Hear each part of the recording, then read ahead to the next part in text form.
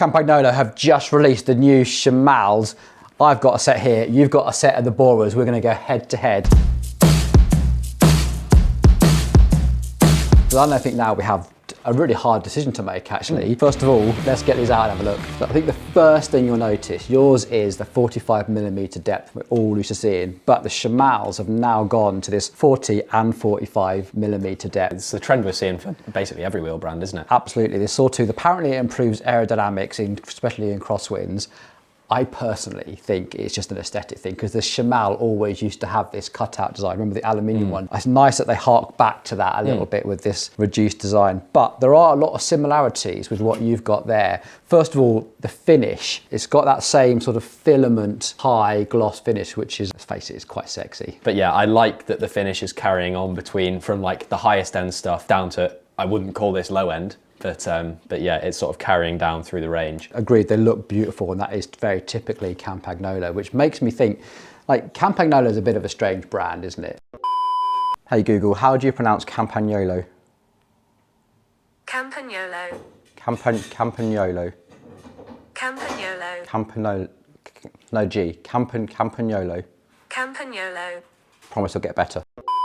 We all, as roadies, want to love Campagnolo. It's one of those brands with heritage and pedigree, and a brand that everyone recognises, but we don't necessarily buy it. I think it's never really the sensible choice, is it? I think that's the problem with Campagnolo is it's very an emotional choice when it comes to the group sets, that's for sure. You've either always ridden it or you've always desired it. But the wheels, I feel that you could very easily own a set of Campagnolo wheels. The design is subtle enough and beautiful enough that you could put this on any bike and really proud to own a piece of Campagnolo product. Yeah, for sure, I'd agree. Back to these Shamals, because I think now we have a really hard decision to make actually. These are brand new, they are £1,649 retail.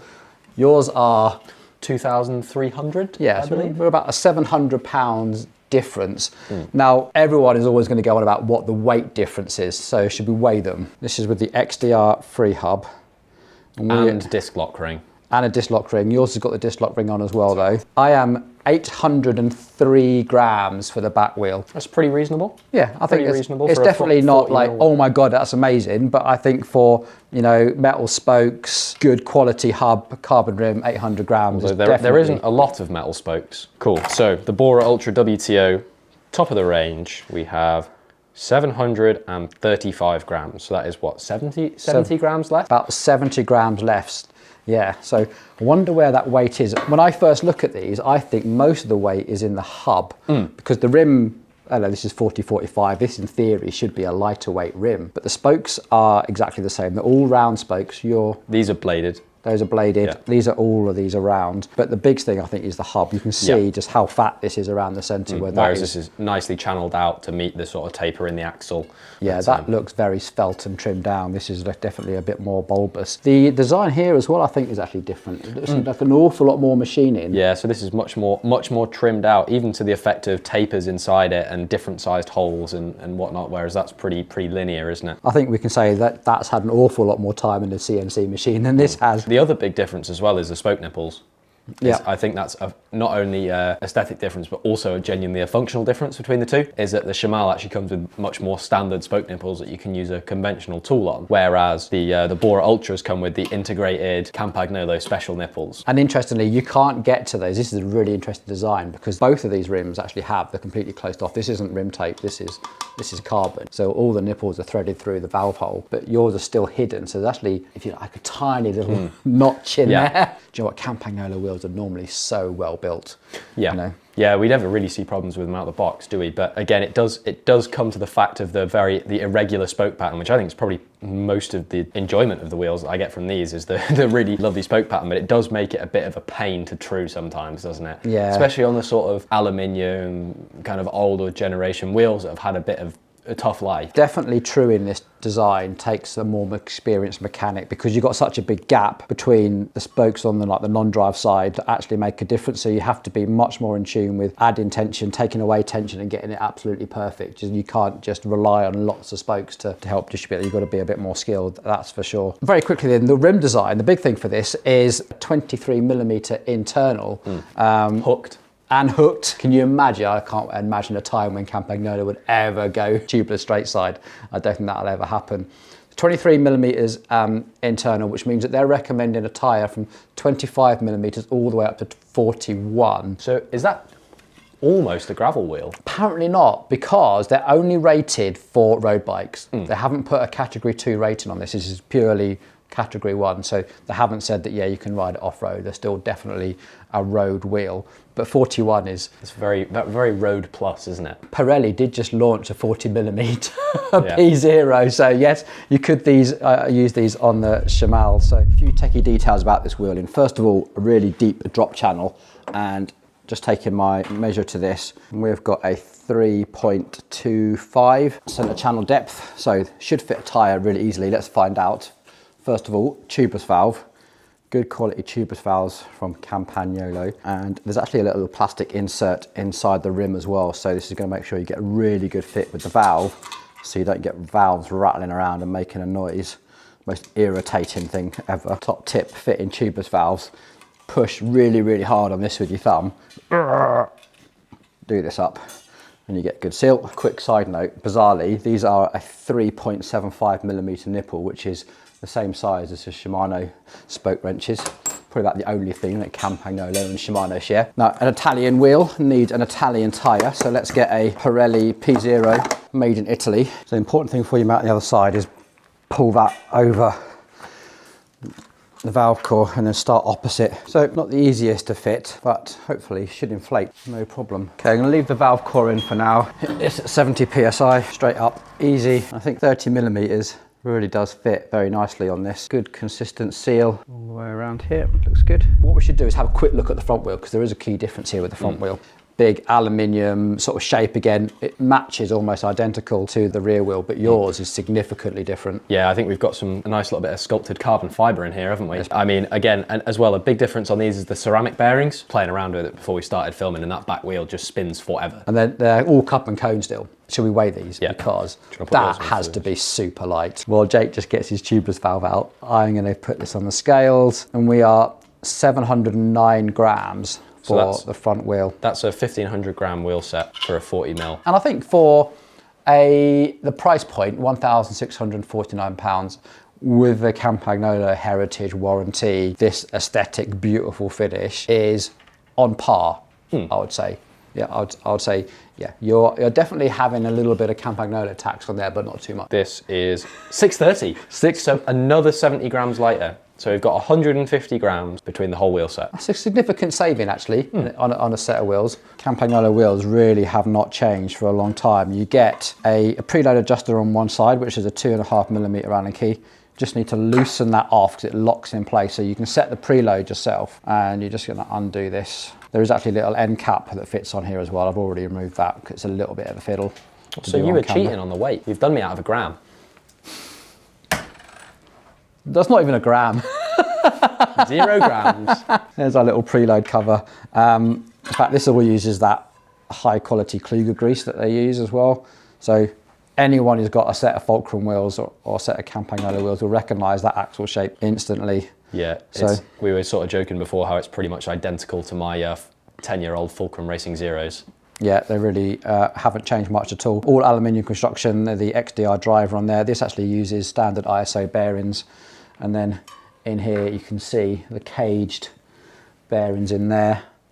That's the cup, and then the ratchet design, and then there's your cone. In fact, really easy for a home mechanic to clean and service, but they do need a bit more servicing, so it does need a bit more. Yeah, they aren't as weatherproofed as a modern cartridge bearing system. Yeah. But at the same time, if you keep on top of your servicing, they roll a whole lot better and absolutely beautiful. So it's subtle, it's still got a noise to it. Yeah. But it's a lot quieter than DT Swiss, that's for sure. Boras in that beautiful bronze colour, or the Shamal with this much more Campagnolo design signature of the 40-45 profile.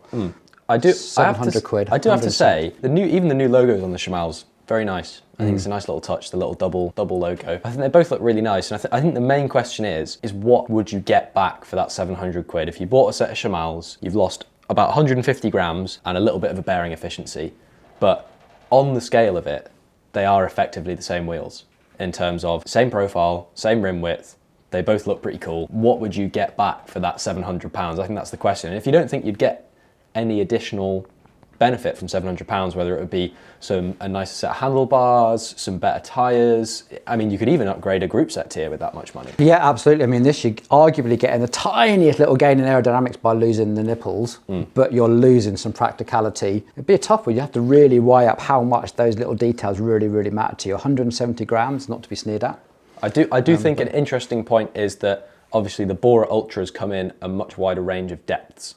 Yes. So you can get these in, I believe, a 33, 45 and 60, something along those definitely. lines. If you want the 60s, you've got to go for the Boras. For me, if I was buying something like this, I would probably edge towards the 60 mils simply because of the depth. I like a deep set of wheels and they look better, I think they ride better. For me, that would be the choice, and I would probably, maybe even sacrifice a tier of group set to reinvest in those deeper section wheels, because I think they look awesome. I really love the bronze decals, especially if you've got like a matte or a gloss black bike.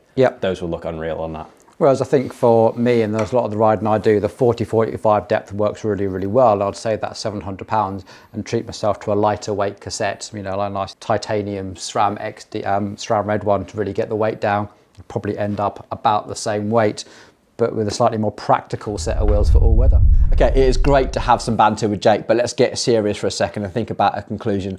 But before I do, if you haven't done already, please think about hitting that subscribe button or the thumbs up like button if you've enjoyed the videos so far. Having a bigger number of subscribers really helps us reach out and make relationships with brands like Campagnolo, which means that we can give you much more product reviews like this from a genuine workshop here based in Kendal. My thoughts on the Campagnolo Shamal wheels. I'm really glad that Campi have updated themselves into much more of a modern rim profile, coming to a hooked 23mm internal design is great. I'm also really happy to see them bring in this raised design for a couple of reasons. One is because this design has definitely got something to do with giving the wheel some more stability at speed, and I promise you, as soon as the weather improves, you'll be getting a full ride review as part of a deeper review. It won't just be a Shamal video. I also like the fact that they are paying homage to the traditional look of the Campagnolo Shamal wheels, which always had this sort of drilled out feature alongside this very familiar 3-spoke design. So I think it just puts that little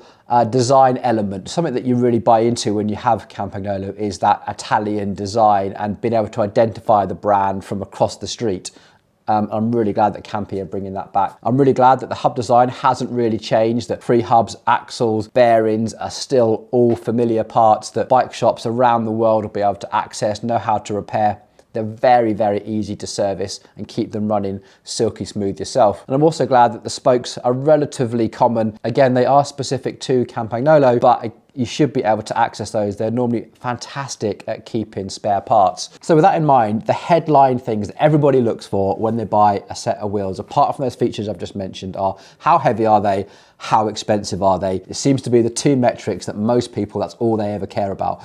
So in total, I've weighed these at 1,550 grams, which is on the heavy side for a wheel like this, and the £1,649 price point is also on the expensive side. And at this point in the video, I can guarantee there'll be someone down in the comments timestamping this saying that they can pick up random Chinese brand for half the price and half the weight, or something like that. You get the idea. And yes, you possibly can. So you're gonna have to decide if the Campagnolo tax is something that you're willing to pay, because you are getting a good, reliable wheel. This is rated to 120 kilogram rider. You're getting all that support, constant supply of spares, all that sort of thing. But yes, you can get cheaper and you can get lighter, somewhat disposable wheels if that's the way you want to go. I should also add that weight isn't everything, and that comment should probably be backed up by a video in its entirety. But yes, there is always a trade-off between how you want a wheel to accelerate and brake versus how well you want it to hold its momentum, and finding that balance is something that's going to come out in the actual ride review. And that price, £1,649, let's face it, it's going to be on sale at some point in the next few months anyway. So that argument is going to be depending on the prices that you see at the time. The best conclusion I can give at the moment is it's fantastic to see Campagnolo coming out with something that's going to look great on any bike. I think it's going to perform really, really well.